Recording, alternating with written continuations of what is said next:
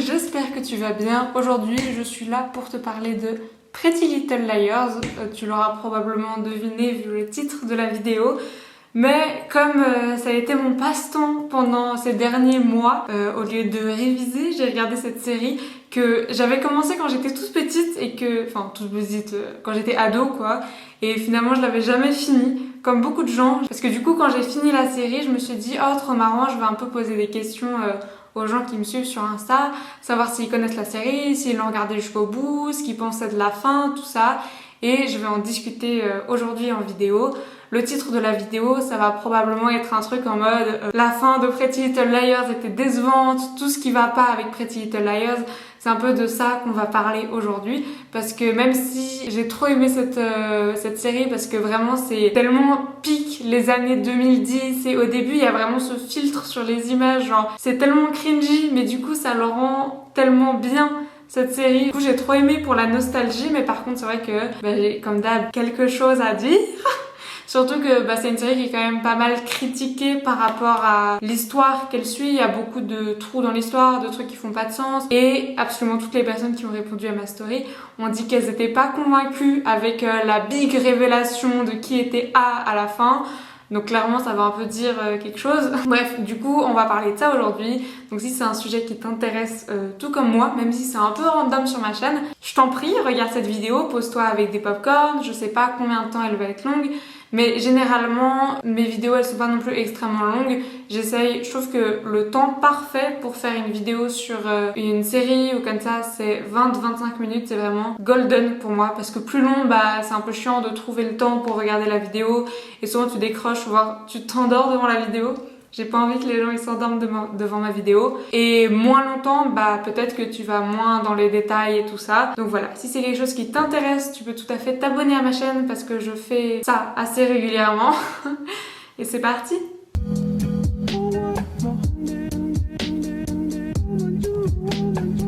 La première chose, elle vient sans aucune surprise si vous me connaissez, mais Ezria. Est-ce qu'on peut en parler 2 secondes? Ezra et Arya, mais quelle horreur!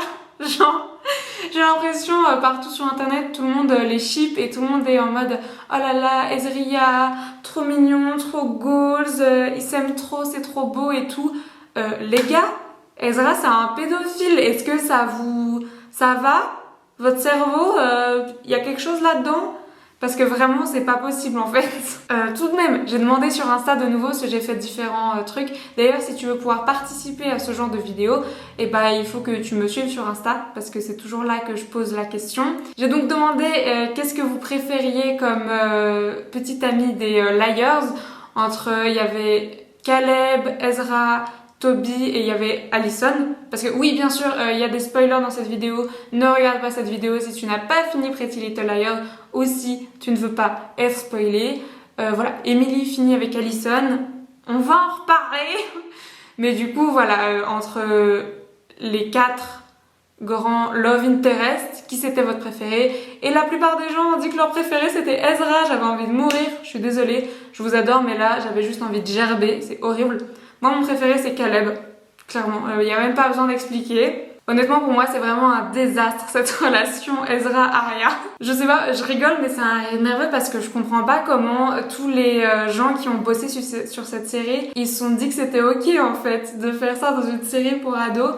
Parce que vraiment l'énorme red flag, l'énorme truc qu'ils sont en train de faire, c'est de normaliser des relations qui ne devraient pas être normalisées. Vraiment, ça tombe sous le sens. Et j'en ai d'ailleurs déjà un peu parlé dans mon autre vidéo où je parle du fait de pourquoi est-ce que les acteurs des teen séries, ils ont tous 35 ou 45 piges. Et j'en parle également parce que c'est aussi un problème, c'est un petit crossover entre mes vidéos. Mais clairement, pour les gens qui regardent cette série et sachant que les fans de base quand la série elle a commencé c'est clairement des ados donc ils se mettent à la place d'Arya et souvent ça arrive que on trouve un de nos profs de lycée cute, là il y a pas de souci, t'as le droit en tant qu'élève d'être en mode oh là là ce prof est un peu hot et tout, mais c'est au prof de mettre les choses au point et de ne jamais retourner les avances.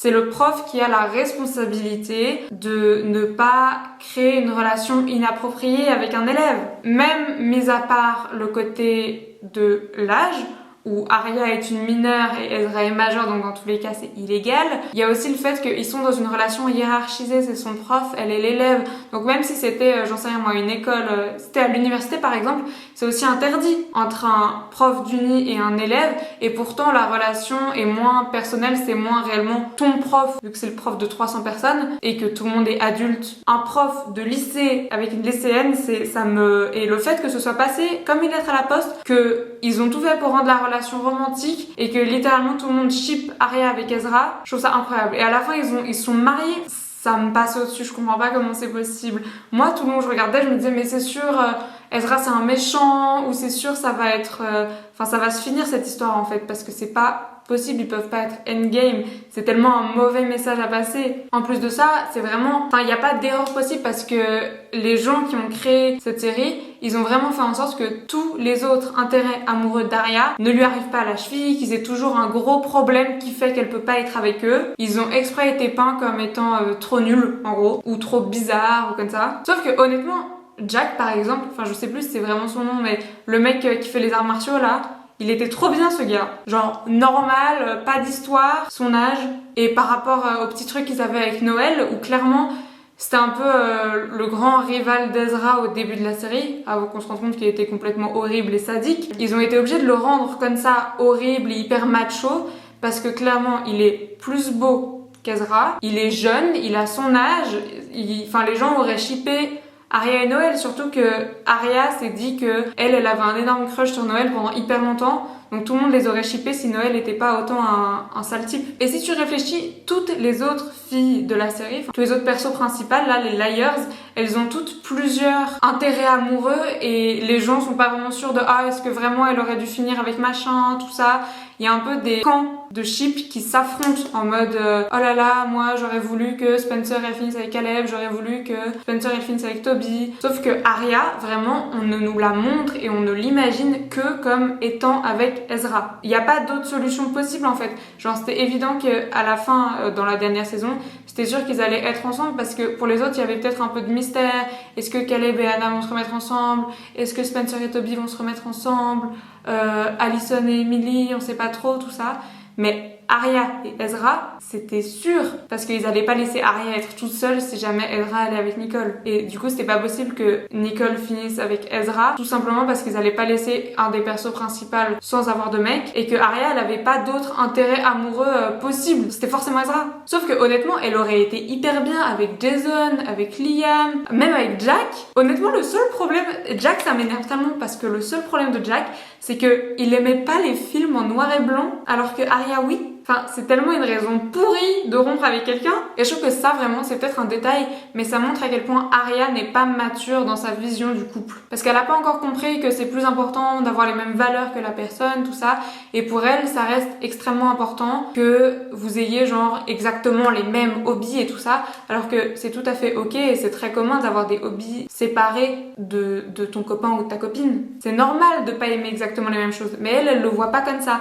Elle est destinée pour être avec Ezra, parce qu'ils aiment bien les films en noir et blanc et écouter des gens lire des romans à haute voix. Et je trouve que ça rend son couple avec Ezra un homme adulte, mature, encore plus bizarre. Parce que elle, ça montre clairement que c'est une ado qui aimerait grandir trop vite, mais qui en fait est encore immature, même si elle se voile la face. En plus de ça, le show, il montre vraiment il essaye vraiment de pousser cette narration que les personnes qui confrontent Ezra en lui disant que c'est illégal, que ça se fait pas, que c'est horrible et hyper malsain, que c'est des mauvaises personnes ou qu'elles devraient pas s'en mêler. Typiquement, Noël est peint comme une personne horrible quand il s'inquiète un peu de cette relation entre un prof et une élève, même s'il essaie de tourner son truc à son avantage parce qu'il aimerait avoir un truc avec Arya, ça reste qu'il a raison en fait. De même pour Liam, qui est peint comme un mec complètement jaloux qui du coup s'en est pris sans aucune raison à Ezra, alors qu'il avait totalement raison de se dire et d'essayer de défendre la Arya de 16 ans qui voyait pas du tout qu'elle se faisait manipuler par un homme adulte. Les parents d'Arya, ils sont aussi vus comme des mauvais parents et des mauvaises personnes et comme un antagoniste parce qu'ils sont contre cette relation, alors même qu'ils ont une réaction plutôt légère par rapport à la situation et qui changent assez rapidement leur fusil d'épaule. Même Elal, la mère d'Arya, quand elle pense que Ezra il a une relation secrète avec Spencer et pas avec Arya, elle réagit pas. Juste elle se dit ok chelou, je vais demander à ma fille si jamais Spencer et Ezra c'est un item, mais je vais rien faire de plus. Elle a pas appelé la police, elle a pas confronté Ezra. Au final là le message de la série c'est vraiment que Ezria c'est un amour normal et du coup ils adressent pas du tout les problèmes et ça m'énerve. En plus Ezra et Arya c'est vraiment les stars du show un peu parce que c'est la relation qui a le plus de temps d'écran sur toute la série et c'est les seuls à avoir un grand mariage en blanc filmé et c'est une des dernières scènes de la série. Toutes les autres filles, elles ont pas eu ça. Donc voilà, honnêtement, je pourrais faire toute une vidéo sur pourquoi est-ce que ça va pas. Il y a encore le fait que Ezra est un énorme creep qui, quand il a rencontré Arya, il la connaissait déjà, il savait déjà qui elle était et il avait amassé plein d'informations sur elle et ses copines parce qu'il voulait écrire un livre sur elle et c'est comme ça qu'ils ont commencé leur relation. Et après ça, Arya lui a pardonné. Il y a beaucoup de choses à unpack par ici et j'aimerais passer à d'autres choses importantes dans cette vidéo. On va passer à autre chose qui pareil m'énerve. En fait dans cette vidéo je vais être un peu énervée parce que c'est tous les trucs que je trouve ça complètement con. Pourquoi est-ce qu'ils ont fait ça? On en parle de la garde-robe d'Alicent dans la dernière saison. Enfin à partir du moment où elle est de retour et qu'elle est avec Dr. Rollins et tout ça. À partir du premier time jump c'est n'importe quoi. C'est peut-être un truc un peu futile contre lequel être énervée mais je trouve que c'est un peu de la grossophobie en fait. Toutes les autres filles, elles sont bien habillées pour l'époque, en tout cas il y a vraiment de la recherche pour que ça aille avec leur personnage, tout ça. Mais elle, je veux dire, c'est plus du tout la Alicent qu'on connaît, qui est un peu bitchy, sassy, qui est bien habillée, toute sexy nini machin. C'est devenu une quadragénaire d'un coup. Vraiment, genre, je suis désolée mais elle est habillée comme un sac à patates dans toutes les scènes, c'est hideux. Enfin, et je comprends vraiment pas pourquoi parce que si ton métier c'est d'habiller les gens sur les séries, tu devrais être capable d'habiller quelqu'un qui ne fait pas une taille 34. Enfin, je comprends pas comment est-ce que l'actrice qui joue Alicent, Sacha Peters, elle a pas complètement pété un câble parce que clairement, elle était pas du tout mise à son avantage, on aurait dit qu'ils en avaient rien à foutre. Et tout ça c'est uniquement, enfin parce qu'en fait elle a pris un peu de poids, donc elle avait plus du tout le même physique qu'elle avait lors du tournage du premier épisode. Sauf qu'elle était mineure et qu'elle était hyper jeune, genre 13-14 ans. Et elle avait menti sur son âge pour avoir le rôle. Mais ça c'est une autre histoire. Mais donc elle avait genre 13-14 ans. Et c'est évident qu'au fil de l'histoire en fait, et des années qui passent, son corps il va changer vu qu'elle était encore ado, voire pré-ado même. Et du coup son corps il a changé, elle a pris du poids. Et elle était pas du tout grosse, hein, juste voilà. Et en plus de ça, c'est dû, je crois, elle a une maladie PCOS. C'est le syndrome des ovaires polycystiques. Personnellement j'aimerais pas avoir ça. Enfin c'est une maladie, ça me ferait chier d'avoir ça. Si en plus, à cause de ça, bah peut-être je prends un peu de poids, ok. Mais si à cause de ça, je suis discriminée et on m'habille comme un sac à patates et on me donne la personnalité d'un chou-fleur, enfin ça va pas en fait. Et ils ont complètement massacré ce personnage. Et ça m'énerve tellement parce que Alicent, c'était vraiment la raison d'être de cette série. C'est à cause d'elle et de sa disparition que tout commence, genre...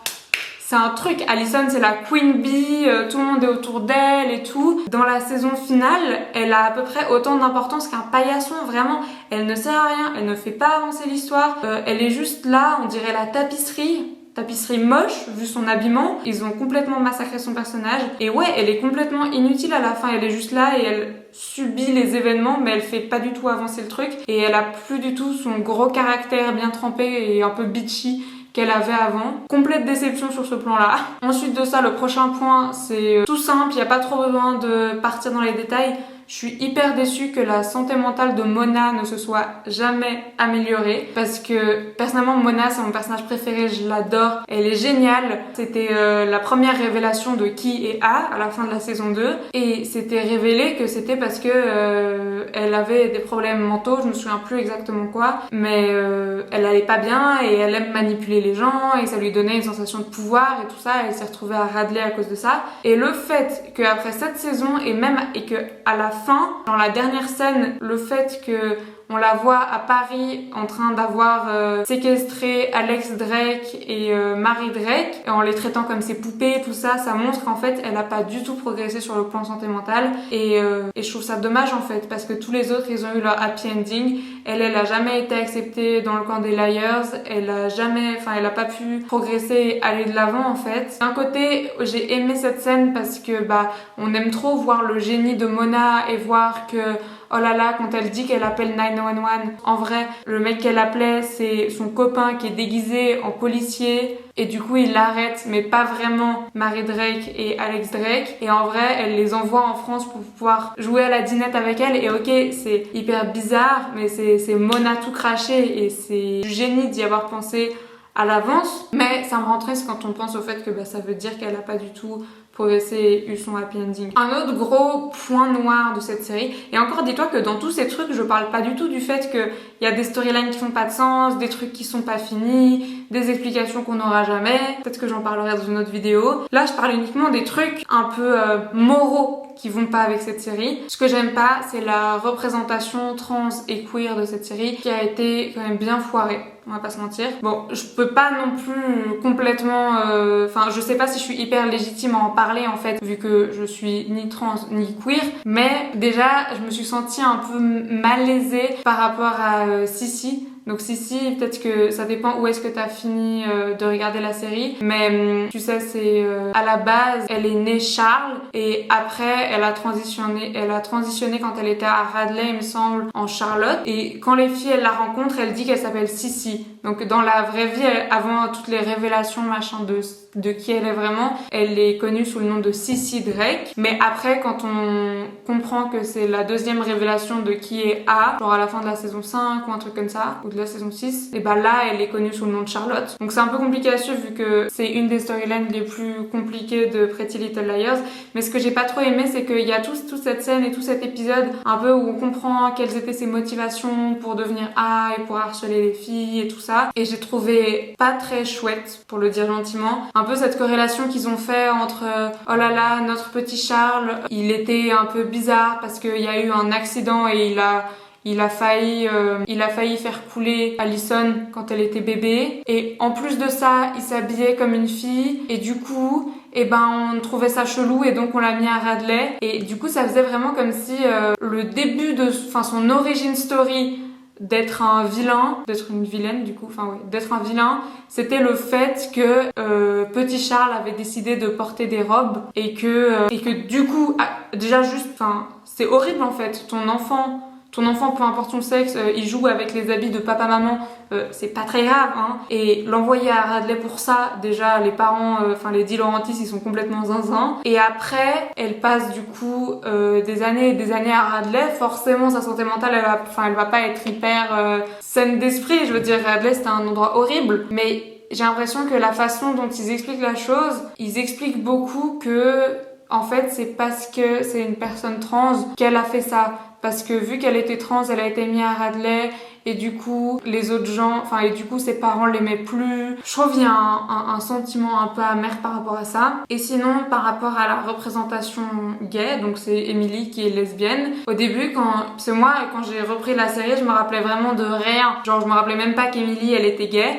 Et pourtant, c'est tellement un truc important et c'est une grosse partie du show. Et au début, j'étais en mode yes, trop bien, genre de la représentation gay, c'est un truc de ouf parce que vraiment, je sais pas, ça a commencé dans les années 2010 et il y a beaucoup de gens qui ont dit d'ailleurs sur internet que pour eux c'était quelque chose de majeur parce qu'ils avaient encore jamais vu un personnage queer à la télé. Et donc c'était un gros truc et au final, je trouve que pareil, ils ont un peu torché le personnage.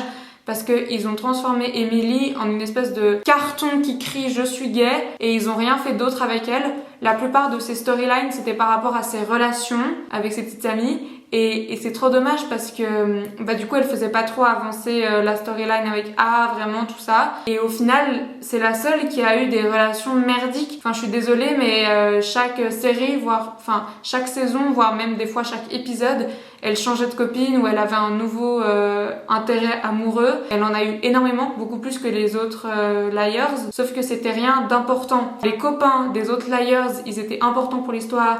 Caleb, Toby, tout le monde était important, Ezra, mais les copines d'Emily, elles étaient jamais importantes. Il y avait Maya qui était vraiment cool, mais ils l'ont tuée. Et sinon, les autres, les copines d'Emily n'interagissaient que avec Emily et seulement Emily. Donc les autres Liars, elles apprenaient pas trop à les connaître et elles s'inscrivaient pas vraiment dans la série. C'était vraiment des persos un peu dans le lointain. Et en même temps, c'était tout ce qu'Emily, elle faisait à l'écran. Donc j'ai trouvé ça vraiment pas cool. Elle a eu je sais pas combien de copines qui ont travaillé dans le café, là. Elle a eu Talia, elle a eu Sabrina, elle a eu Maya. Elle a eu Paige pendant hyper longtemps et c'est un des personnages les plus détestés et pareil c'est pas non plus une très bonne idée de relation parce que ça a commencé par le fait que Paige essayait de couler Emily à cause de son homophobie et parce qu'elle se sentait menacée par Emily. Et au final, Emily, elle finit avec Allison, la personne qui l'a harcelée et qui l'a fait se sentir mal et qui l'a utilisée pendant des années et des années. Enfin, vraiment, je trouve que c'est la Liars qui a eu le moins d'attention de la part des producteurs et qui a eu une